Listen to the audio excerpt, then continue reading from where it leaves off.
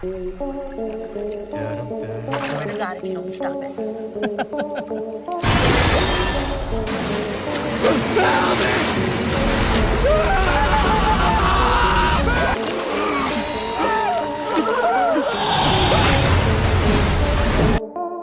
दोस्तों, अगर आपका दिल कमजोर है तो मेरी यही सलाह है कि आप इस वीडियो को ना ही देखें, क्योंकि आज की इस वीडियो में मैं आपको बताने जा रहा हूँ प्राचीन काल में दी जाने वाली कुछ ऐसी क्रूर यातनाओं के बारे में जिन्हें देखने और सुनने के बाद किसी का भी शरीर कांप सकता है। पनिशमेंट देने के कुछ ऐसे तरीके जिनकी क्रूरता और बर्बरता ने मानवता के इतिहास को शर्मसार कर दिया और न जाने कितने ही बेगुनाहों को अपना शिकार बनाकर उन्हें मौत के घाट उतार दिया। Iron chair torture. दोस्तों, आप कल्पना भी नहीं कर सकते कि उस व्यक्ति पर क्या बीतती होगी जो आयरन चेयर टॉर्चर जैसी भयानक यातना से गुजरता होगा। 1500 किलो की मदद से बनाई गई वो कुर्सी जिस पर सजा के तौर पर अपराधी को बैठाया जाता था और बैठते ही वो सभी कीलें उस व्यक्ति के शरीर में घुस जाती थी, जिसके बाद वो व्यक्ति बर्दाश्त न कर पाने वाले उस दर्द को तब तक झेलता रहता था जब तक कि वो मर नहीं जाता था। दोस्तों, इस सजा की शुरुआत अपराधी से सच उगलवाने के लिए की गई थी, जिसमें अगर व्यक्ति कीलों के टॉर्चर के बाद भी अपना मुंह नहीं खोलता था तो फिर कुर्सी के नीचे जलते हुए अंगारे रख दिए जाते थे, जिसका नतीजा ये होता था कि जैसे जैसे कुर्सी में लगी कीलें गर्म होती थी, कीलों की वजह से शरीर भी पकने लगता था, जिसका दर्द कितना भयानक हो सकता है इसका आइडिया तो अब आपको भी लगने लगा होगा। हालांकि इस यातना के बाद भी अगर व्यक्ति अपना जुर्म नहीं कबूलता था तो फिर उसे छोड़ दिया जाता था, ये मानकर कि वो बेगुनाह है। लेकिन जिस तरह आज जेल से छूटकर लोग फिर से अपनी जिंदगी की शुरुआत करते हैं, आयरन चेयर टॉर्चर के बाद जिंदगी की दूसरी शुरुआत तो छोड़िए, खुद जिंदगी को भी दूसरा मौका नहीं मिलता था। Brazen bull.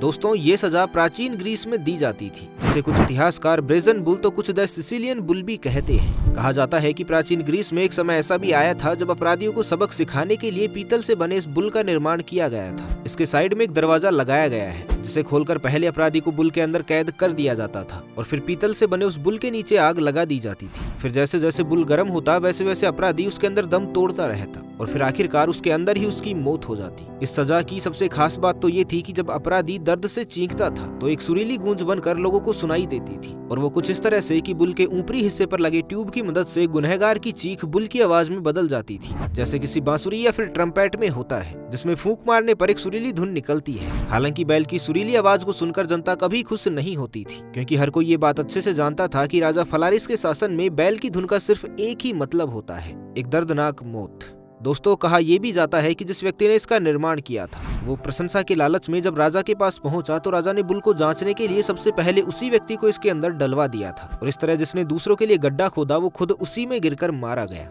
बॉइलिंग।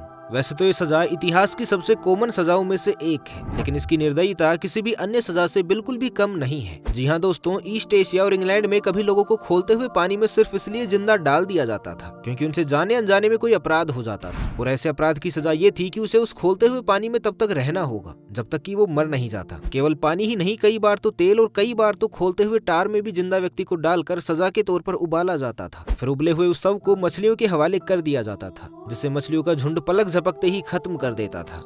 फ्लेइंग। केवल एशिया यूरोप ही नहीं बल्कि मध्य पूर्वी देश जैसे इजिप्ट और मेसोपोटामिया भी क्रूरता की सभी सीमाएं लांघ चुके थे, जहां कभी फ्लेइंग की प्रथा का चलन था। दोस्तों, आपने खाल खींचना तो सुना ही होगा, अंग्रेजी में उसे ही फ्लेइंग कहते हैं। प्राचीन काल में ये सजा उन लोगों को दी जाती थी जिन पर कोई अपराध साबित होता था, जिसके दंड स्वरूप बीच चौराहे पर अपराधी की खाल खींच ली जाती थी। जिस तरह एक कसाई जानवर की खाल उतारता है, ठीक उसी तरह चाकू की मदद से कभी अपराधियों की खाल भी उतारी जाती थी और इस प्रक्रिया के दौरान टॉर्चर किए जाने वाले व्यक्ति को होश में भी रखा जाता था ताकि वो ज्यादा से ज्यादा दर्द को महसूस कर सके, क्योंकि सजा देने वालों का ये मानना था कि मौत जितनी देर में आएगी उतनी ही दर्दनाक भी होगी और अपराधियों की यही तड़प बाकियों के लिए सबक भी बनेगी, ताकि वो अपराध करने का अगर सोचे भी तो उससे पहले उन्हें इसका अंजाम याद आ जाए। यही नहीं, खाल खींचने के बाद भी अगर कोई जिंदा बच जाता था तो फिर राजा उसे जिंदा ही जलवा देता, लेकिन उसने रहम की भीख कभी नहीं दी। Knows cutting. दोस्तों, केवल खाल खींचना ही नहीं, प्राचीन इजिप्ट में नाक काटने जैसी सजा भी दी जाती थी और जिस तरह नाक का कटना आज के समय में बेइज्जती होना माना जाता है, ठीक उसी तरह प्राचीन काल में भी नाक का कटना बेइज्जती का ही प्रतीक हुआ करता था, जिसे वो लोग भुगतते थे जिन पर भ्रष्टाचार का आरोप सिद्ध होता था या फिर वो जो राज्य का कोई भी कानून तोड़ते थे। केवल यही नहीं, सचमुच की नाक कटने के बाद भी ऐसे अपराधियों को जेल भेजा जाता था। इस सजा को पाने वाले सबसे ज्यादा लोग राजा के ही करीबी होते थे, जो अपनी पावर का गलत इस्तेमाल कर भ्रष्टाचार करते,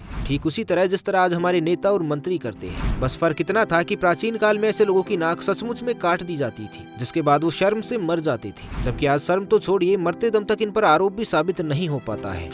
लिंगची, इतिहास की वो सजा जिससे बचने के लिए लोग रिश्वत तक दिया करते थे ताकि जान भले ही चली जाए लेकिन बस लिंगची जैसी सजा ना काटनी पड़े। कभी चाइना में दी जाने वाली इस यातना को लिंगची कहते हैं, जिसका मतलब होता है स्लो स्लाइसिंग, अर्थात धीरे धीरे काटना। एक इंसानी शरीर जिसे सजा के तौर पर चाकू से हजारों बार तब तक काटा जाता था जब तक कि वो मर नहीं जाता था। हालांकि वैसे तो इस सजा को साल 1905 में ही बैन कर दिया गया था, लेकिन इसकी शुरुआत कब हुई इसके पुख्ता प्रमाण कहीं नहीं मिलते।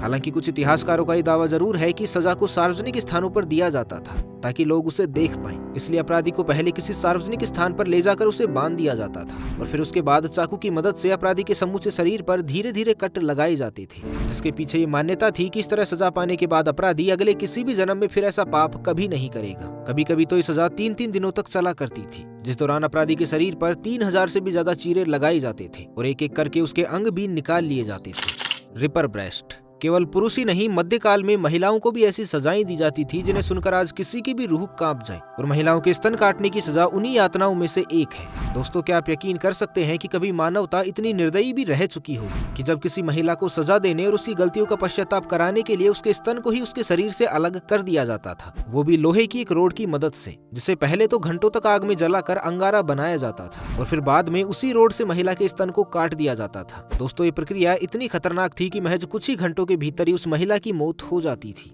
तो दोस्तों, आज के लिए बस इतना ही। उम्मीद करता हूँ कि आपको ये वीडियो पसंद आया होगा और शायद इस मूवमेंट पर आप अपने आप को भाग्यशाली भी मान रहे होंगे कि भगवान का लाख लाख शुक्र है जो हम उस जमाने में नहीं थे। तो आपका क्या कहना है दोस्तों, हमें कमेंट सेक्शन में जरूर बताइएगा। बाकी मिलते हैं एक नई वीडियो में, तब तक के लिए खुश रहे, मस्त रहे, हंसते रहे। भगवान करे आप सभी का दिन शुभ हो।